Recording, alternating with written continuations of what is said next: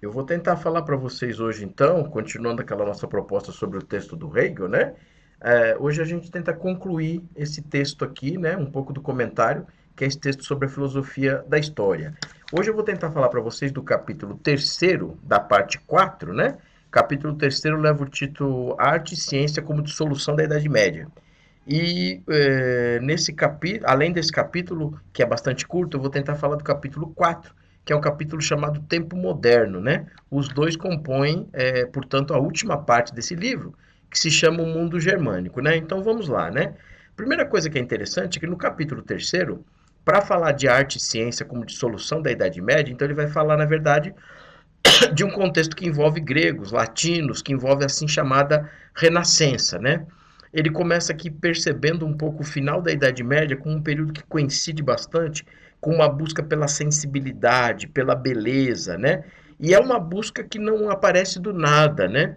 Ela já tem vamos dizer assim, uma pré-história, né? Porque ela vai ser um momento em que a Idade Média, por diversas razões, razões de intercâmbios comerciais, culturais e etc., começa a se encontrar com outras heranças, né? Que pertencem ao mundo grego, romano. Então vai aparecer isso que a gente vai convencionar chamar de renascença, né? Esse renascer de novo a partir de uma herança antiga, né? Grega, romana, latina, né? Então isso é bem interessante de notar. É nesse sentido que ele percebe, por exemplo, a presença de Platão, né?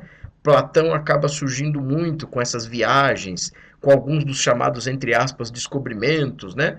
Um pouco essa ideia de ciência, de criação, de engenhosidade, de engenho, né? Todas essas coisas que a gente percebe muito numa certa história que envolveria uma história da Renascença, né? E até teses importantes, por exemplo, como descobrir outros lugares do mundo, como a América, a Ásia, né? Encontrar com esses outros lugares que já existiam, melhor dizendo. E a perspectiva, por exemplo, que parece estranha, mas de que a Terra é redonda, né? Então, de que você pode e é capaz de encontrar coisas para fora dos seus domínios, né? Então, esse crescimento, né, do ideal renascentista, ele se dá muito nesse final da Idade Média e se dá, sobretudo, com o encontro de outros mundos, de outras perspectivas artísticas, científicas, culturais, intercâmbio comercial, né? Então, é bastante rico, né, perceber como é que se dá esse contexto. E aí, no capítulo 4 é um capítulo bem interessante, porque ele começa falando um pouco, né? Ele vai falar, como a gente sabe, o Hegel interpreta que tem dois fatores importantes para a modernidade filosófica. Um deles é a Reforma Protestante, né, do século XVI, e outro é a Revolução Francesa.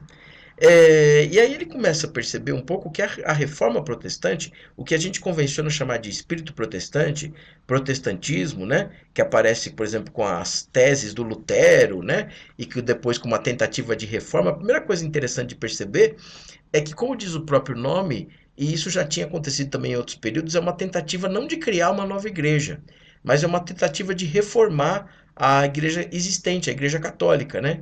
É bom a gente lembrar, por exemplo, que Lutero era um monge agustiniano, né? Portanto, católico e um monge. E quando ele começa a fazer o movimento, é um movimento no intuito de melhorar a igreja da qual ele faz parte, né? Não era criar uma nova igreja, que é o que acaba acontecendo por outras circunstâncias, né? E talvez a gente tenha aqui uma cisão na cristandade, né? Talvez a mais incisiva, porque já tinha acontecido a cisão com o Oriente e Ocidente, as igrejas ortodoxas e o cristianismo católico, mas essa é a cisão que vai marcar o mundo ocidental, né? Talvez a mais importante que a gente possa imaginar nesse contexto, né? Mas enfim, a reforma para o Hegel ela é uma resposta à decadência da igreja, né? Que como a gente percebeu, ela estava vivendo num certo luxo, numa certa superstição, uma religião muito marcada pelo ditame do poder, completamente secularizada, né? Luxo com o dinheiro dos fiéis, né? Ele fala, por exemplo, o caso de Roma, né? Uma igreja imersa em muitos vícios, né? Morais e coisas do gênero. Então, Lutero tenta uma reforma daquilo que ele vai chamar de busca pela consciência, né? Uma pergunta pelo que significa ser cristão, né? E aí aquela busca pela consciência cativa na palavra de Deus, como gostava de dizer o Lutero. Então ele vai falar um pouco desse espírito subjetivo, da interioridade, né, que vão marcar essa reforma, a busca da liberdade do cristão, não à toa esse é um título do livro do Lutero, né, chamado Da Liberdade do Cristão, que tem teses muito importantes. Ele vai falar, por exemplo, sobre a importância da Bíblia, né? No contexto da Reforma Luterana, a Bíblia acaba por se tornar um livro nacional, né? No contexto alemão. Então ele começa a falar sobre essa igreja e curiosamente, a própria reforma da igreja, o próprio protestantismo, né, vamos dizer assim, o que veio depois a ser o protestantismo, obrigou o próprio catolicismo a se reformar. Aquilo que a gente às vezes chama de contra-reforma, né? Uma certa resposta, né, da Igreja Católica, né? Eu acho que talvez o nome Reforma Católica fica melhor do que Contra-Reforma, né? Mas isso é um debate de historiadores, né? Então a reforma, o Hegel mostra como é que a reforma apareceu geograficamente, né? Então vai mostrando, por exemplo, o norte da Europa, a Escandinávia, a Alemanha, mostra também a reforma acontecendo em alguns outros países da Europa, né? Por exemplo, Holanda, né? Mostrando como é que ela acontece na Suíça, né? E etc. Então ele faz uma certa geografia da reforma, né? Por assim dizer. E curiosamente ele observa que a França, por exemplo, sempre teve muitas dificuldades com a reforma e manteve-se afastado da reforma, né? Nunca quis fazer parte da reforma e tomava o espírito protestante como um espírito triste. Embora sendo muito crítica de um certo, sendo anticlerical, né? E até isso a gente vai perceber, por exemplo, na Revolução Francesa, uma coisa bastante anticlerical, inclusive marcada pela relação da igreja com o poder, né? Os franceses pouco aderem à reforma, porque consideram a reforma um certo movimento triste, né? Um certo movimento assim com pouca vida, né? Ou com um certo rigorismo moral muito grande. O Hegel explora um pouco essa tese, né? Ele fala que no fundo na reforma você tem uma certa tentativa de reconciliar igreja e Estado, mas agora deixando bem claro qual é o papel de cada um, né? O que cada um faz. Então, nesse sentido, talvez a reforma reforça o germe de uma certa secularização, de uma certa laicidade, né, que vai ser um princípio bastante importante para sociedades democráticas. Hegel enfatiza ainda, por exemplo, a relação dos príncipes, né, com o protestantismo, que foi o que propiciou muito do sucesso da reforma, vamos dizer assim, do ponto de vista político, né, e que na verdade essa tese do mundo laico é uma resposta a muitas das guerras de religião que aconteciam, né, em contexto europeu da época, né? Então é interessante perceber essa tese do Hegel, né?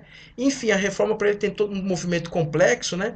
Ele ao contrário do que a gente viu sobre o que ele pensava sobre a Idade Média, sobre a reforma ele é bastante otimista e ele vê o Hegel se firma muito como um autor luterano protestante, né? Onde se mostra muito claramente que as teses dele da consciência, da liberdade, dialogam muito com um certo tipo de protestantismo. E aqui a gente pode perceber um certo protestantismo, vamos dizer assim, entre aspas, iluminista do Hegel, né? Então o iluminismo do Hegel passa por uma visão de protestantismo que ele tem, né? E isso vai, de alguma maneira, repercutir também em outros autores vamos dizer assim, germânicos, né? Então isso é bastante importante de notar. É como se a reforma fosse a revolução dos germânicos, né? Como o Heine vai observar, por exemplo, num texto, né, sobre a contribuição à história da religião e da filosofia no contexto alemão, né? Enfim, depois ao falar sobre iluminismo, né, e sobre a Revolução Francesa, ele vai falar um pouco sobre um certo espírito jesuíta e protestante que antecede o iluminismo, né? Como a gente sabe, alguns dos jesuítas e alguns dos autores católicos foram importantes para um certo tipo de iluminismo, né? Que vem até numa ruptura com o próprio catolicismo, né? Mas ele consegue perceber nisso uma espécie de experiência do pensamento, né? Uma espécie de estágio do espírito. Por exemplo, aqui ele encontra Descartes, por exemplo, que teria sido formado pelos jesuítas, né? É claro que Descartes está anterior, mas ele vê, por exemplo, na abstração, na ciência experimental, num certo tipo de matemática, uma coisa bastante importante, né? A liberdade política, né? E aí ele congrega um pouco essa liberdade política do iluminismo com a liberdade de consciência que veio com Lutero, talvez fazendo uma distinção, né, entre uma coisa e outra. E ele vê nisso como uma espécie de último estágio para chegarmos ao que era o Kant, né? Então o Kant para o Hegel tem muito dessa visão protestante, né? Porque vai começar a aparecer aqui também o mundo do direito, um mundo que pode ser reconciliado, né? Então essas todas são teses importantes. E ele começa a perceber ainda um pouco da Revolução Francesa, né? Como ponto de partida para a filosofia ocidental. Então, junto com a reforma, como eu falava, um outro ponto de partida político e iluminista é a Revolução Francesa, porque ela vai falar, por exemplo, de liberdade individual, de leis racionais, do Estado, né? Da presença do Estado, com os erros e com os acertos da Revolução Francesa, porque os erros também teriam sido certos exageros, né? Certos radicalismos, né? Que o Hegel também enxerga, né? Até como a era do terror em alguns contextos, né? Mas a revolução vai ser importante para falar de novas formas de governo, de novas possibilidades de governar, né? Sai um pouco daquele espírito absolutista que existia antes, né? Mesmo as monarquias vão ser reformadas como parlamentaristas e tudo mais, né? Então o Hegel enxerga nisso uma espécie do que ele vai chamar de teodiceia racional. Então, de certa maneira, é como se o Iluminismo e a Revolução Francesa realizassem os sonhos teológicos num caráter agora político, ético e moral, né? Então, esse é um pouco o ponto que eu queria sublinhar com vocês para falar desse capítulo. Tá bom, gente?